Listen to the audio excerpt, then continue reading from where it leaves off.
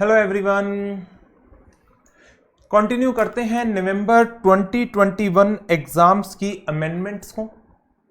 Amendments already हम cover up कर चुके हैं। लास्ट सेशन में हमने companies audit and auditor rules 2014 की अमेंडमेंट को, रिवीजन इन टैक्स ऑडिट रिपोर्ट को एंड फॉर्म 3CD के चेंजेस को कवर अप कर लिया था। ये 3 अमेंडमेंट्स ही हैं जो नवंबर 2021 एग्जाम के लिए एप्लीकेबल है। अब जो क्वेश्चन आरटीपी के अंदर दिए गए हैं, एक बार उनको डिस्कस कर लेते हैं। आरटीपी में सबसे पहले पार्ट में मल्टीपल चॉइस क्वेश्चंस दिए गए हैं, जिसमें केस स्टडीज आती हैं और इंडिविजुअल एमसीक्यूज पूछे जाते हैं। तो स्टार्ट करते हैं फर्स्ट केस स्टडी के साथ। तो एक बार पहले केस स्टडी के जो फैक्ट्स हैं उनको रीड कर लेते हैं, देयर आफ्टर फिर एक एक क्वेश्चंस को कवर अप करेंगे। किव्सपेक limited is an unlisted public company, incorporate हुई है in the year 2009, having 90 share holder, equity share capital 27 lakh rupees, total 4 directors in the board. For the financial year 2021 as well as for the quarter ended on 30th June 2021, company suffered a loss. Despite of such loss, the board declared a total interim dividend of 20 lakh rupees for quarter ending March 2021 on 25th April 2021. 20 lakh rupees dividend.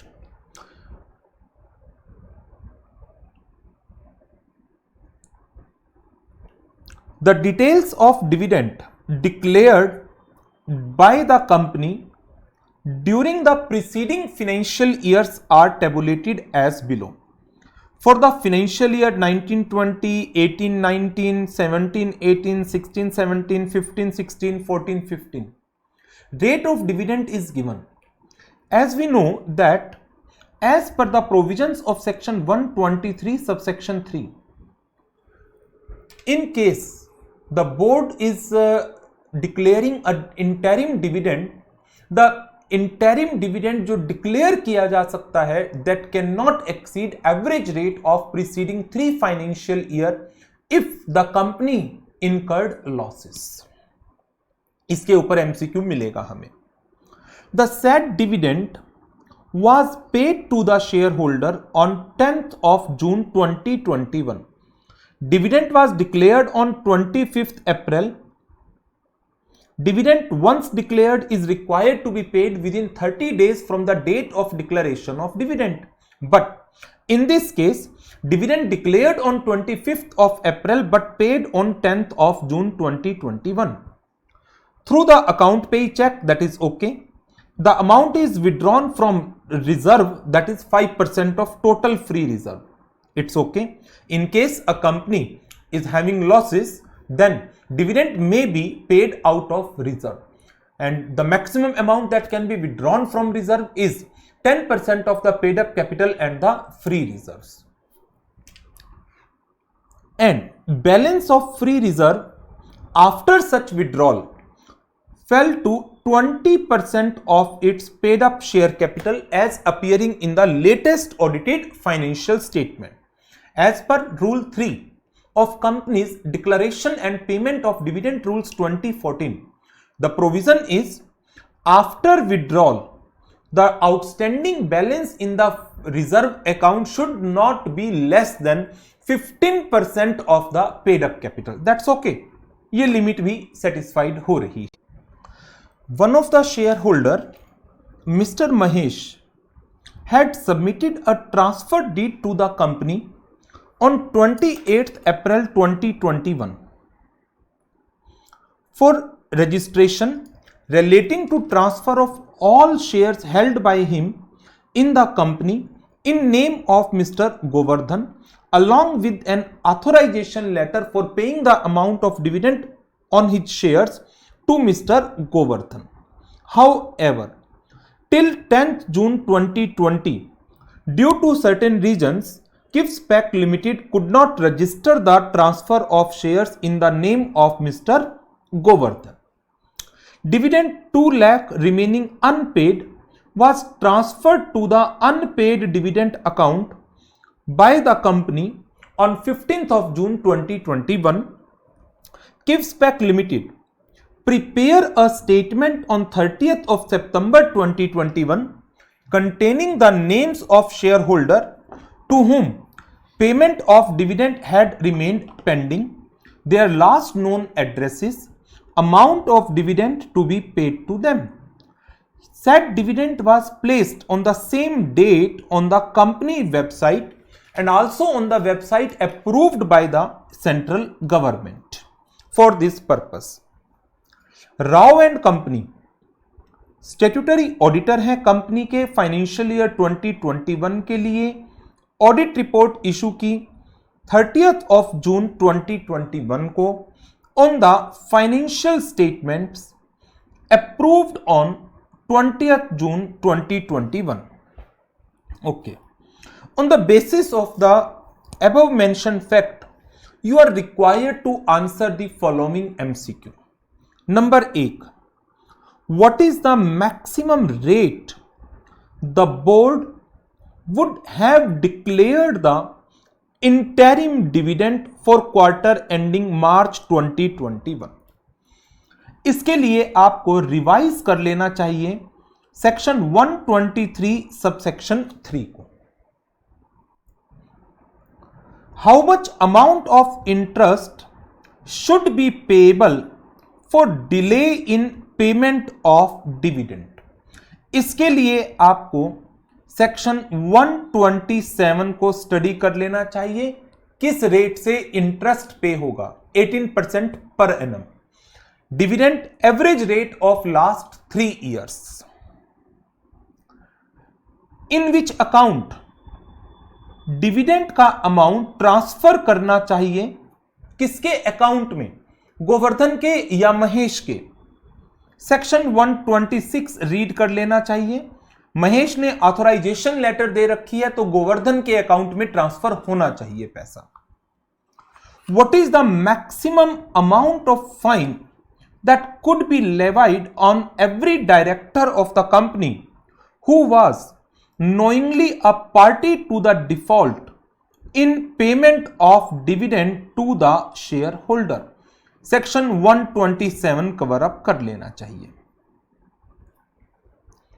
By what date the unpaid or unclaimed dividend account should have been transferred to unpaid dividend account? कितने दिन में ये पैसा transfer हो जाना चाहिए और कितने दिन के अंदर अंदर statement in relation to details of such unpaid dividend account have been prepared by KIFSPAC Limited and placed on its website. Section 124 आपको पढ़ लेना चाहिए. Now, मैंने किसी भी क्वेश्चन की ऑप्शन नहीं कराई. मेरा ऑब्जेक्टिव इन क्वेश्चंस की डिस्कशन के थ्रू कुछ कॉन्सेप्ट्स को आप लोगों को रिवाइज कराना है. अदरवाइज ये क्वेश्चन आप भी अटेम्प्ट कर सकते थे, बट मेरा टारगेट है कि जो क्वेश्चंस यहां पर पूछे गए हैं उनके रिलेटेड कॉन्सेप्ट को हम साथ साथ रिवाइज करें. तो सेक्शन 124 के अंदर प्रोविजन हमें पढ़ना है. 127 का प्रोविजन, 126 का प्रोविजन, 123 का प्रोविजन. तो जल्दी से एक बार हम इन प्रोविजंस को कवर अप कर लेते हैं. चैप्टर नंबर डिविडेंड का है 8, 9, 9, 10, 10, 10. Chapter number 10.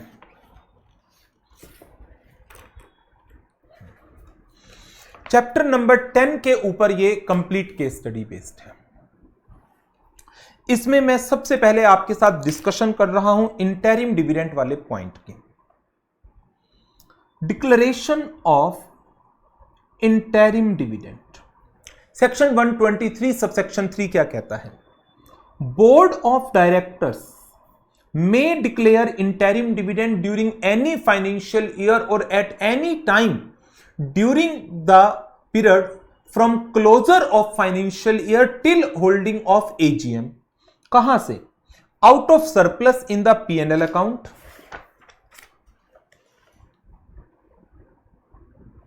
or out of profits of the financial year in which such interim dividend is sought to be declared, or out of the profit generated in the financial year till the quarter preceding the date of declaration of interim dividend.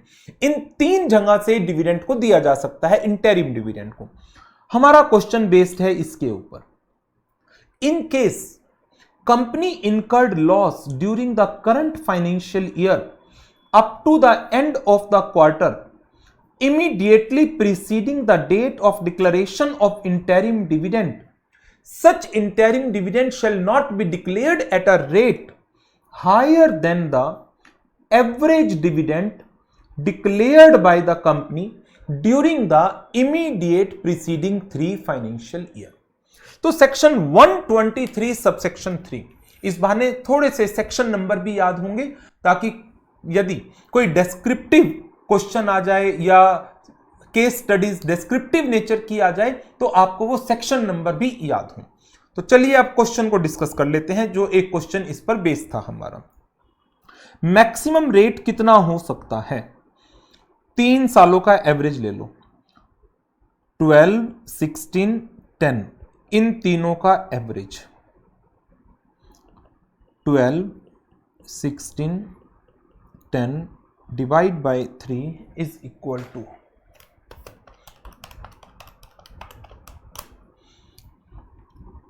12.6666%. इतना dividend maximum दिया जा सकता है.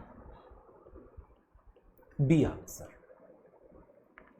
चलिए आगे बढ़ते हैं. अब हमारा सेकंड क्वेश्चन है सेक्शन 127 के ऊपर. सेक्शन 127 को रिवाइज कर लेते हैं.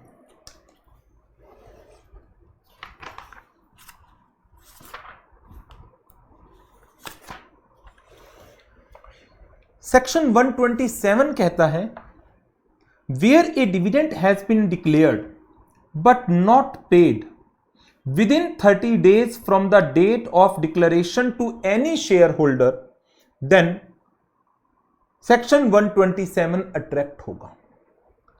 Every director of the company who is knowingly a party to the default shall be punishable with imprisonment that may extend to 2 years and with a fine which shall not be less than rupees 1000 for every day during which such default continues. 1000 rupees for every such day. Company shall be liable to pay simple interest at the rate of 18% per annum during the period for which such default continues. तो company को 18% के rate से interest देना पड़ेगा. चलिए अब देखते हैं क्वेश्चन को. कंपनी ने डिविडेंड डिले पे किया. कितना डिले है देखिए जरा. डिविडेंड डिक्लेयर हुआ 25 अप्रैल को, बट डिविडेंड पे हुआ 10th ऑफ जून को. 25 अप्रैल बट पे हुआ 10th ऑफ जून को. पे हो जाना चाहिए था विद इन 30 डेज. 25 मई 2021 तक डिविडेंड पे हो जाना चाहिए था. कितने दिन का डिले है? 6 दिन तो मई के हो गए, 26, 7, 8, 9, 30, 31, और 10 दिन जून के हो गए. 16 दिन का डिफॉल्ट है, 16 दिन का डिले है. डिविडेंड का अमाउंट कितना था? Dividend once declared becomes a debt. Dividend ज्यादा दिया है वो अलग चीज है, बट जो डिविडेंड डिक्लेयर हो गया वो डेट है कंपनी के अगेंस्ट. ओके, 20 लाख रुपए.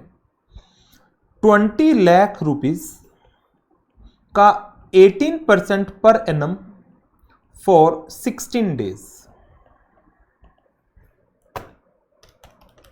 20 lakh into 18% divide by 365 into में 16, 15780.82.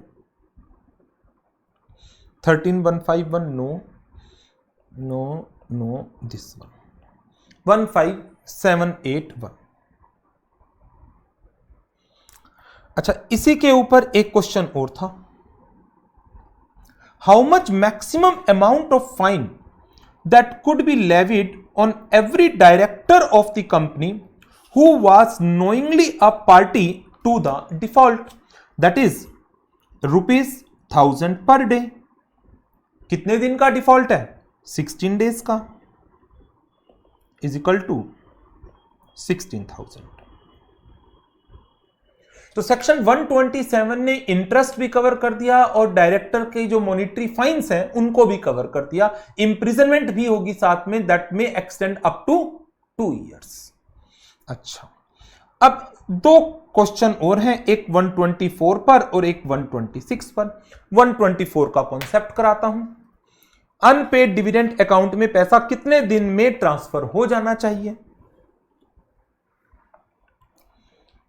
Where a dividend has been declared by a company but has not been paid within 30 days from the date of the declaration, the company shall within 7 days from the date of expiry of the said period of 30 days transfer the total amount of dividend or unclaimed dividend to a special account that is to be opened by the company in that behalf in any scheduled bank।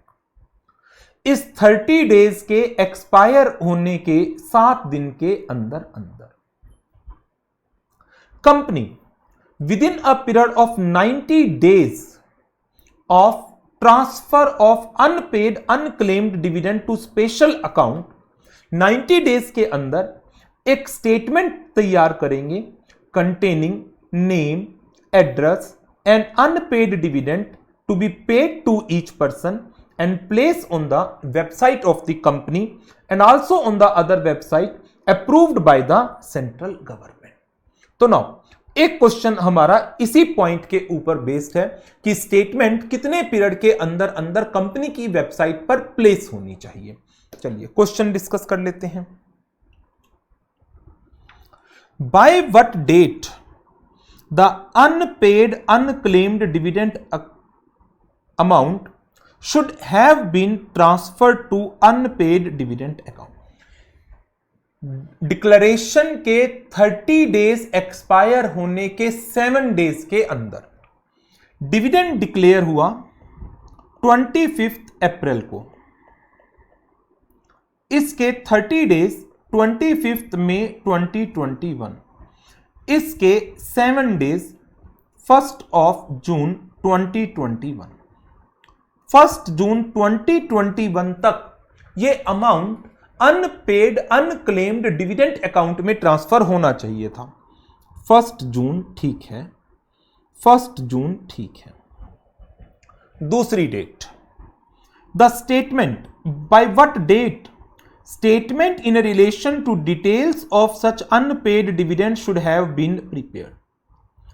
जब ये पैसा आपने transfer कर दिया उसके within 90 days, उसके within 90 days, अब आपने ये पैसा कब ट्रांसफर किया? ये पैसा कंपनी ने ट्रांसफर किया 15 जून 2021 को। करना कब तक था? करना था 1 जून तक, बट एक्चुअल डिपॉजिट कराया कब? 15 जून 2021 को। तो जो 90 डेज का टाइम पीरियड है वो कब से स्टार्ट करेंगे? 1 जून, द डेट जब तक ये अमाउंट डिपॉजिट कराया जाना चाहिए था, या द डेट जब आपने ये एक्चुअल डिपॉजिट कराया, द डेट जब ये एक्चुअल डिपॉजिट कराया। इससे कितने दिन? 90 डेज। 15 दिन तो जून में बचे हैं, 31 जुलाई में हो गए, 31 अगस्त में हो गए, बच गए कितने? 15 प्लस 31 प्लस 31 77 माइनस 90, 13 डेज बचे। 13 डेज आ जाएंगे सितंबर के।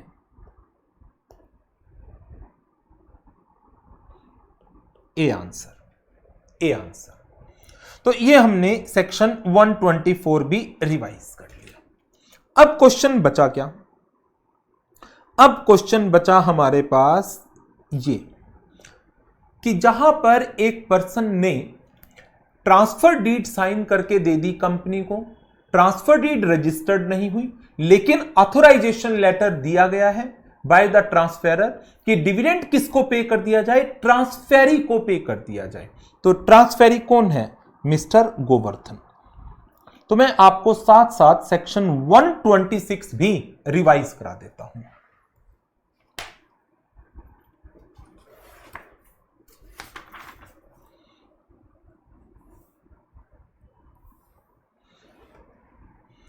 Section 126, right to dividend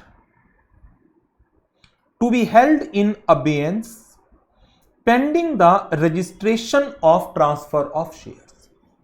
Section 126 of the Companies Act 2013 requires that where any instrument of transfer of share has been delivered to any company, जो इस केस में महेश ने डिलीवर कर दी थी, transfer has not been registered, company ने registered नहीं किया, company shall transfer the dividend of such share to the special account referred to in section 124 unless the company has been authorized by the registered holder in writing to pay such dividend to the transferee।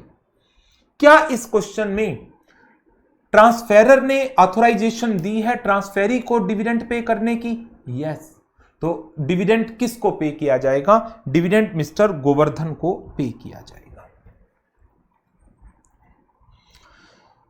ये था हमारे dividend के ऊपर ये हमारी case study 1। आगे बढ़ते हैं, सेकंड केस स्टडी की बात करते हैं, देखते हैं किसके ऊपर बेस्ड है। ULIP limited is a public company, listed है on National Stock Exchange since the year 2015 with share capital 150 crores rupees की। SRS and Company is appointed as its statutory auditor for the financial year 2021 and Mr. Raj is appointed as the engagement partner on behalf of the firm to conduct the said audit assignment including conducting the limited review and other statutory assignments। Listed company है, SRS and company statutory auditor है, mister Raj engagement partner है, company limited review भी इसी auditor से करा रही है। Okay, mister राज इन्होंने लिमिटेड रिव्यू कर दिया सेकेंड क्वार्टर का, and during the same, while adhering to the responsibilities as conferred upon by SA 250, he evaluated the implications of non-compliances, law and regulations की non-compliances हैं, in relation to other aspects of the audit, including auditor's risk assessment and reliability of written representations, and concluded that withdrawal from engagement was necessary, withdrawal necessary है in the given circumstances after seeking legal advice even though non-compliance was not material, but management ने, TCWG ने refrain किया from taking the remedial action that he considers appropriate. वो कुछ remedial action चाहता था company की management से, but company की मैनेजमेंट ने मना कर दिया, और ऐसी सिचुएशन में लीगल एडवाइस के बेस पर मिस्टर राज की ओपिनियन है विड्रॉल की, और ये विड्रॉल लॉ एंड रेगुलेशन में प्रोहिबिटेड भी नहीं है, मींस ये विड्रॉ कर सकते हैं। मिस्टर राज ने फर्म के बिहाफ पर यह बात कंपनी की ऑडिट कमेटी के नोटिस में डाली। All his concerns with respect to the proposed resignation resign कर रहे हैं वो, after issuing the necessary report जो रिक्वायर्ड थी इन सर्कमस्टांसिस में, जो सेबी के सर्कुलर में है। Audit committee and corporate governance में आपने लास्ट में सेबी का सर्कुलर पढ़ा हुआ है, रेजिग्नेशन ऑफ ऑडिटर का। तो ऐसे केस में यदि एक ऑडिटर रिजाइन करता है तो उसकी कुछ ऑब्लिगेशंस होती हैं रिपोर्टिंग की। इसने कहा जो इन सर्कमस्टांसिस में रिपोर्ट चाहिए थी उन सब के बाद रेजिग्नेशन लेटर दे दिया गया 1 PM पर ऑन 20 नवंबर 2021 को vide its official email ID, जिसमें डिटेल्ड रीजंस भी बताए गए थे। Such a letter was forwarded to stipulated authority. वो सेबी का सर्कुलर आपने पढ़ा हुआ है कि ऑडिटर का रेजिग्नेशन आता है तो 24 घंटे के अंदर अंदर जिस स्टॉक एक्सचेंज पर शेयर लिस्टेड है उसको भेजना होगा। 4 बजे 21 नवंबर को भेजा गया। अगले दिन, एक दिन में तो दे दिया, 24 घंटे की जगह यहां पर 27 आवर्स हो गए, 27 hours. SRS and company file the statement with respect to its resignation in prescribed form with company and the registrar on 15 January 2021। Section 140 subsection 2, यदि ऑडिटर रिजाइन करता है then within a period of 30 days उसको अपनी resignation की statement देनी है। Respectively after receiving a notice from the MCA, MCA से notice आ गया उसके बाद इसने ये रेजिग्नेशन की स्टेटमेंट दी। सेक्शन 140 पढ़ लेंगे। For the purpose of filling the casual vacancy in the office of the auditor, audit committee of ULIP limited gave recommendation of an audit firm for being appointed as the statutory auditor, to which the board disagree. Casual vacancy को fill करने के लिए audit committee has given its recommendation, but board is not satisfied with this recommendation and board referred back the recommendation again to the committee for reconsideration, citing the reasons for such disagreement. However, audit committee, after considering the reasons given by the board, decided not to reconsider its original recommendation.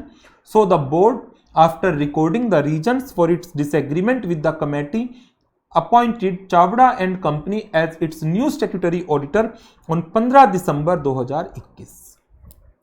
This appointment was also approved by the members of ULIP Limited at a duly convened general meeting on 3rd February 2022. That is section 139 subsection 8, filling of casual vacancy. Reason: resignation of predecessor auditor. On the basis of above mentioned facts, you are required to answer the following MCQ. पहले MCQ देख लेते हैं कौन कौन से topic पर है, फिर वो टॉपिक मैं आपको रिवाइज करा दूंगा एंड फिर एक एक क्वेश्चन के ऑप्शंस को पढ़ेंगे। एक काम जरूर करिएगा, जब भी आप इस तरीके की केस स्टडीज या मल्टीपल चॉइस क्वेश्चंस को करें, तो मैंने पहले भी आप लोगों के साथ कई बार इस चीज को डिस्कस किया है, कोई केबीसी का गेम नहीं खेलना आपने कि ABCD सिलेक्ट हो गया बस बात खत्म। आपका पेपर डिस्क्रिप्टिव भी आता है, डिस्क्रिप्टिव 70 मार्क्स का है, ऑब्जेक्टिव सिर्फ 30 मार्क्स का है। तो इन MCQs की हेल्प से आप अपनी कोर्स के बहुत सारे टॉपिक्स को रिवाइज कर सकते हैं। जैसे मैंने केस स्टडी 1 कराई तो उसमें section 123 subsection 3, section 124, section 126, section 127 हमने साथ साथ रिवाइज करे हैं। तो इसी तरह से अब इस केस स्टडी के अंदर ऑडिटर की रेजिग्नेशन का टॉपिक है, कैजुअल वैकेंसी का टॉपिक है, सेबी सर्कुलर की बात आएगी। अब देखते हैं क्वेश्चन किन किन टॉपिक्स के ऊपर बेस्ड है। First one, whether the reasons for withdrawal from the engagement can be considered to be justifiable in the light of the fact that non-compliance was not material to the financial statements. यदि हम standards के provisions को discuss करके चले, auditor during the course of engagement यदि उसके सामने कोई नॉन कंप्लायंसेस आती हैं और उसने मैनेजमेंट के साथ उसको डिस्कस किया और इन सर्कमस्टांसिस में उसको लगता है after obtaining a legal advice that firm should withdraw from the engagement, then the firm should withdraw provided it is not provided no such prohibition is there in related law and regulations. तो इस case में standard की discussion आनी है, standard के basis पर answer आएगा। Next, in continuation of question number 6, if it is assumed that auditor prohibited है बाय एनी लॉ और regulation from such withdrawal from engagement, then how would have he reported the non compliance in the audit report. Non compliance हुई है किसकी? Law की। Material नहीं है first thing, और financial aspect से रिलेटेड नहीं है।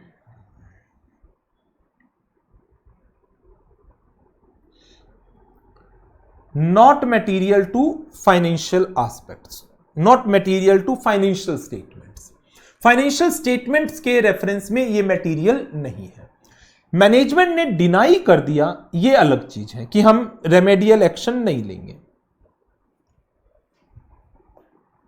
ऐसी सिचुएशन में यदि फर्म विड्रॉ नहीं कर पाती है, रिजाइन नहीं कर पाती है as prohibited under law and regulation, then इस नॉन कंप्लायंस को कैसे ऑडिट रिपोर्ट के अंदर दोगे? ऐसे 250 का पॉइंट आ जाता है। ULIP limited was required to disclose to which authority the detailed reasons for resignation and by what time limit।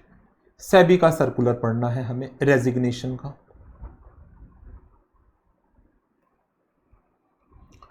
What could be the penalty specified under the Companies Act 2013 that could be levied upon SRS and company for failure in filing the statement with respect to the resignation within the prescribed time limit? Section 140 subsection 3 पढ़ना है। Time limit 140 subsection 2 भी पढ़ लेंगे। What was the last date available with the board for filling the casual vacancy in the office of the auditor, and by what last date the general meeting for approving the auditor as appointed by the board should have been made in accordance with the provisions of Companies Act 2013? Section 139 subsection 8 को cover up करेंगे। यदि vacancy create हुई है due to resignation, the vacancy should be filled by the board within 30 days and need to be approved in general meeting that should be convened within 3 months। चलो section 139(8) आपको revise कराता हूं जल्दी से।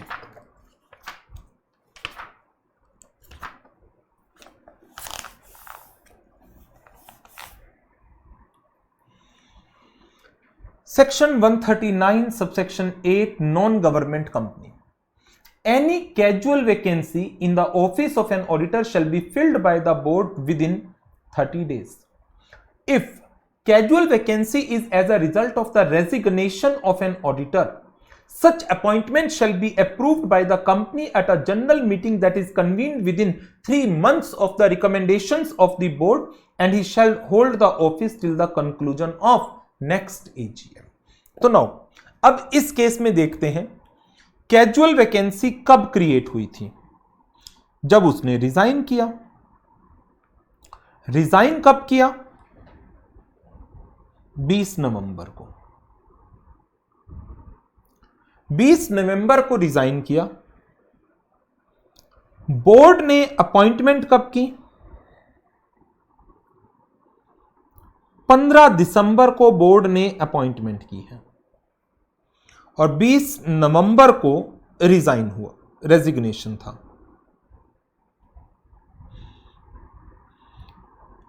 20 नवंबर की resignation थी और 15 दिसंबर 2021 की अपॉइंटमेंट थी। Last date available with the board to fill the casual vacancy in the office of the auditor। 20/11 से 30 डेज की बात कर लो, 20 दिसंबर 20 दिसंबर 20 दिसंबर, दो ऑप्शन है। एंड फिर इसके बाद last date for the general meeting for approving the auditor, board की रिकमेंडेशन के 3 महीने के अंदर। अब बोर्ड ने अपनी रिकमेंडेशन या अपॉइंटमेंट किस डेट को करी? 15 दिसंबर को। इसके 3 महीने, दिसंबर, जनवरी, फरवरी, मार्च, 15 मार्च 2022, ये आंसर होगा। चलो, ये हो गया हमारा क्वेश्चन। रेजिग्नेशन की बात कर लेते हैं, section 140 subsection 2 and section 140 subsection 3 की।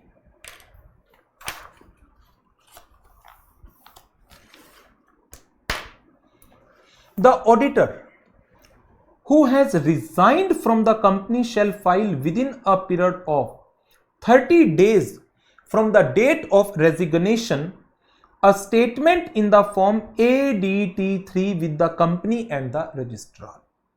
And यदि 30 डेज में ये स्टेटमेंट फाइल नहीं होती, देन ऑडिटर के ऊपर पेनल्टी है 50,000 रुपए या remuneration whichever is lower, and further penalty, additional penalty है 500 रुपए for each day after the first during which such failure continue, subject to a maximum of 2 lakh रुपए मैक्सिमम पेनल्टी रहेगी।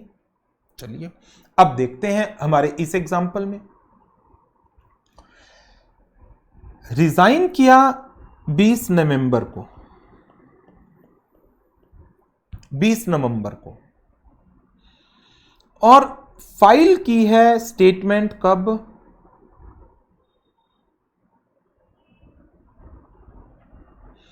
15 January 2021 को।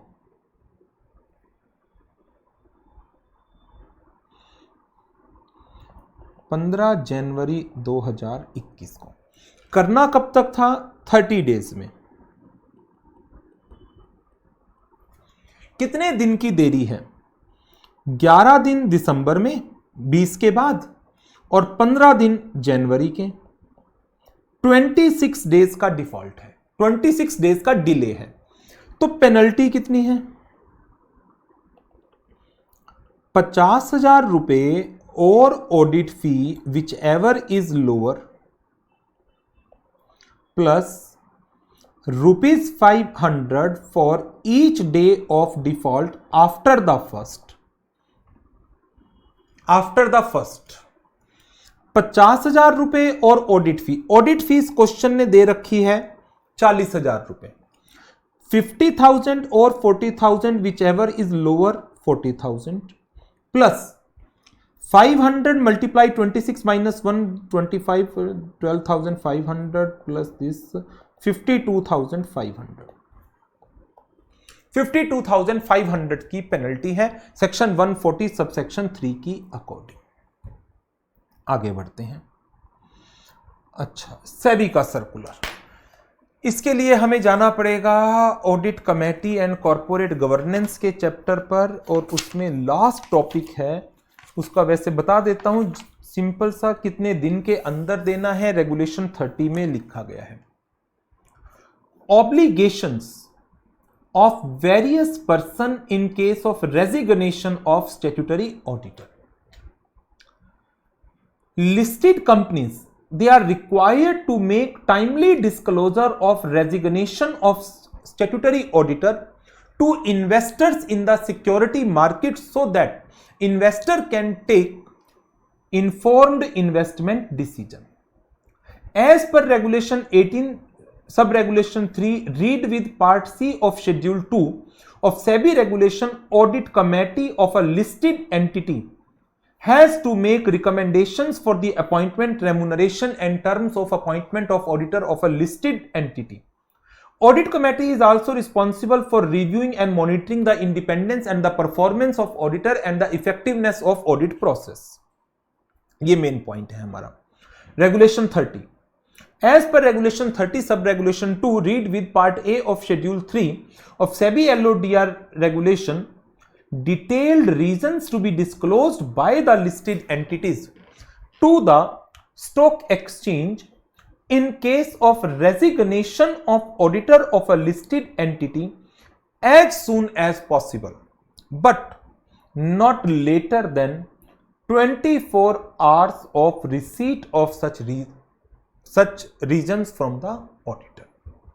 Regulation 36 कहती है that disclosures to be made part of notice to the shareholder for an AGM where the statutory auditors are proposed to be appointed or reappointed including the terms of appointment. तो हमारा जो question था इस पर based था. देखते हैं ये क्या कहता है. क्वेश्चन आ जाता. क्वेश्चन है किस अथॉरिटी को डिस्क्लोज करना है? स्टॉक एक्सचेंज को, जहां पर शेयर्स लिस्टेड हैं. शेयर्स कहां लिस्टेड हैं? नेशनल स्टॉक एक्सचेंज पर लिस्टेड हैं.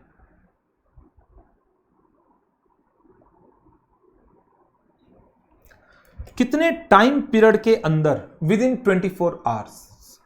20 नवंबर को 20 नवंबर को 1 PM पर रेजिग्नेशन ईमेल किया गया है, तो 1 PM 21 नवंबर तक ये सबमिट हो जानी चाहिए थी स्टेटमेंट.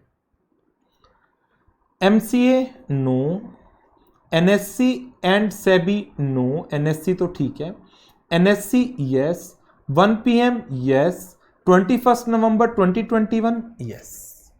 तो 8th का आंसर होगा सी. नो. अब इसमें दो क्वेश्चन हमारे ऑडिटिंग कॉन्सेप्ट के ऊपर बेस्ड है.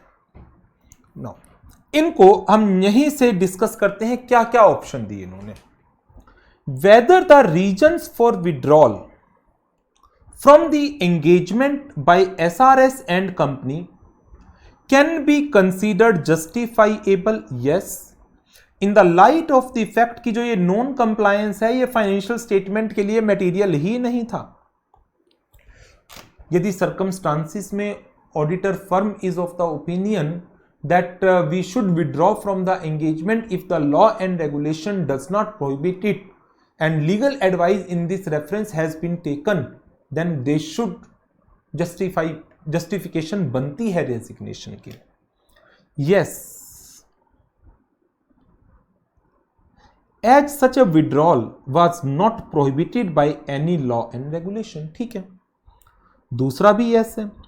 Auditor has obtained legal advice and such a withdrawal was not prohibited.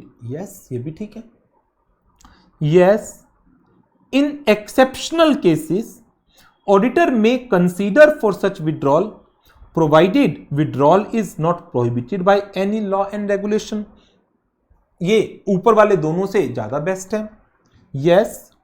As it does not matter non compliance material है या नहीं है, मैनेजमेंट और TCWG शुड नॉट रिफ्रेन, उनको मना नहीं करना चाहिए था from taking the remedial action which the auditor has considered necessary provided that such a withdrawal is not prohibited by law and regulation. ऐसा नहीं है.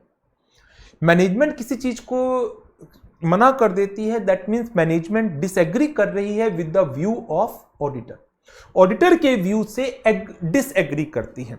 तो ऐसी सिचुएशन में हमेशा ये नहीं होता कि आप विड्रॉ करेंगे.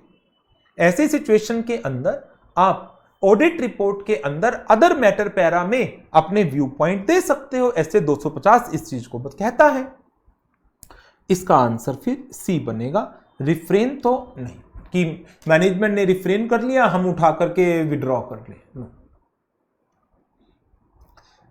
इन continuation to question number 6, if it is assumed that auditor was prohibited by any law or regulation from such withdrawal from engagement, auditor prohibited means वो withdraw नहीं कर सकता. ऐसी सिचुएशन में how he would have reported the non compliance in the audit report. Number 1, ये matter not material है. जब matter material ही नहीं है फाइनेंशियल स्टेटमेंट के ऊपर, तो क्या इस मैटर पर क्वालिफाइड ओपिनियन आएगी? नहीं आएगी। क्या इस मैटर पर डिस्क्लेमर ऑफ ओपिनियन आएगा? नहीं, ओपिनियन तो मॉडिफाई हो ही नहीं रही। क्यों? फाइनेंशियल स्टेटमेंट के रेफरेंस में मटेरियल है ही नहीं वो चीज, तो मॉडिफाई होगी नहीं ओपिनियन। और जब ये आइटम मटेरियल ही नहीं है in relation to financial statement, तो एम्फेसिस ऑफ मैटर का भी मतलब नहीं बनता, क्योंकि एम्फेसिस ऑफ मैटर किन मैटर्स के ऊपर आता है? EOM para that are related with financial statements. तो आंसर क्या बचा? Other matter paragraph, other matter paragraph. तो इसमें अब आप एक काम करिएगा, आज ऐसे 250 एंड ऐसे 706 साथ में रिवाइज कर लेना आज। बस इस सेशन में मैं आपके साथ ये 2 ही केस स्टडी करा रहा हूं। मुझे ये नहीं है कि मुझे बहुत ज्यादा क्वेश्चंस आपको कराने हैं, एबीसीडी टिक कराना है। मेरा ऑब्जेक्टिव बिल्कुल क्लियर है, और वो ऑब्जेक्टिव मुझे लगता है आपके लिए सबसे मोस्ट बेनिफिशियल होगा कि आप जैसे जैसे इन क्वेश्चंस की प्रैक्टिस करें, साथ साथ रिलेटेड प्रोविजंस को रिवाइज करते चलें। तो अब इन 2 केस स्टडीज में जो रेगुलेटरी प्रोविजन थे, लीगल प्रोविजंस थे, वो मैंने सारे आपको साथ साथ रिवाइज कराए। अब आपकी वर्किंग एक आ जाती है, आप SA 250 auditors duties in relation to law and regulations in an audit of financial statements and SA 706 emphasis of matter para and other matter paragraph in the independent auditor report। एक बार आप इन दोनों की quick revision जरूर करेंगे book में से। इस session में बस ये 2 केस स्टडी ही हम अच्छा इंडिपेंडेंट क्वेश्चन देख लें, MCQ और देख लेते हैं, साथ साथ डिस्क्रिप्टिव नेक्स्ट में करेंगे। अच्छा, अब की बार इन्होंने इंडिपेंडेंट MCQ नहीं दिया आरटीपी में, बस 2 केस स्टडी ही दी हुई है पार्ट ए में MCQ में। पार्ट बी की डिस्क्रिप्टिव क्वेश्चन का शुरू हो गया है, इसको फिर हम नेक्स्ट किसी और सेशन में डिस्कस करेंगे इन क्वेश्चंस को। तो इस सेशन को करेंगे ओवर। एसए 250 एंड एसए 706 जरूर रिवाइज करना है। Thank you very much and good bye.